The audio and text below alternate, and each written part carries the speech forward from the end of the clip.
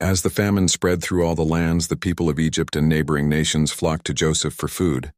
Pharaoh's power grew, but Joseph administered the grain wisely. In Genesis 47:12 it says, Joseph nourished his father and his brethren and all his father's household with bread according to their families.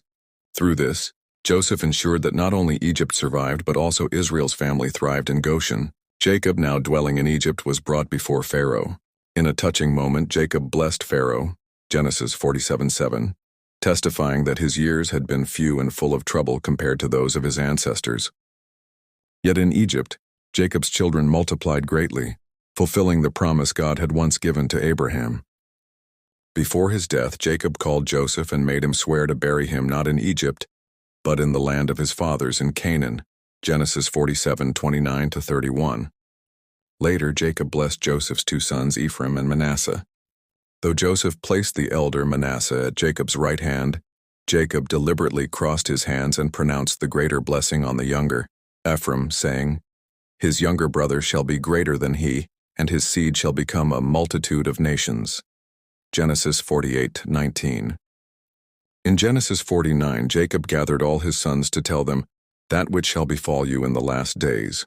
Genesis 49:1. Each received a prophetic blessing or warning, marking the destinies of the 12 tribes of Israel. Jacob then commanded them again to take him back to Machpelah, the tomb of Abraham and Isaac, before dying in peace.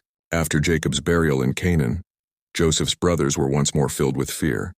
They remembered their past crime and doubted Joseph's mercy. They sent a message claiming their father had commanded Joseph to forgive them, Genesis 50:16-17.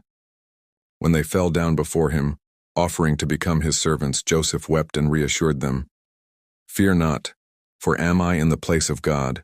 But as for you, ye thought evil against me. But God meant it unto good, to bring to pass as it is this day, to save much people alive." Genesis 50:19-20. These words revealed Joseph's deep faith in God's sovereign plan. His trials, betrayals, and sufferings had not been accidents but part of a divine design to save many lives. Joseph comforted his brothers and promised to care for them and their children, Genesis 50:21. The book of Genesis ends with Joseph's death in Egypt. Before passing at the age of 110, he prophesied, "God will surely visit you, and ye shall carry up my bones from hence," Genesis 50:25.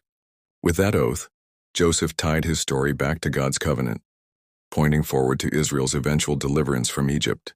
He was embalmed and placed in a coffin, awaiting the day when his descendants would return home. Thus concludes Joseph's journey, from the betrayal of his brothers to slavery, prison, and finally power,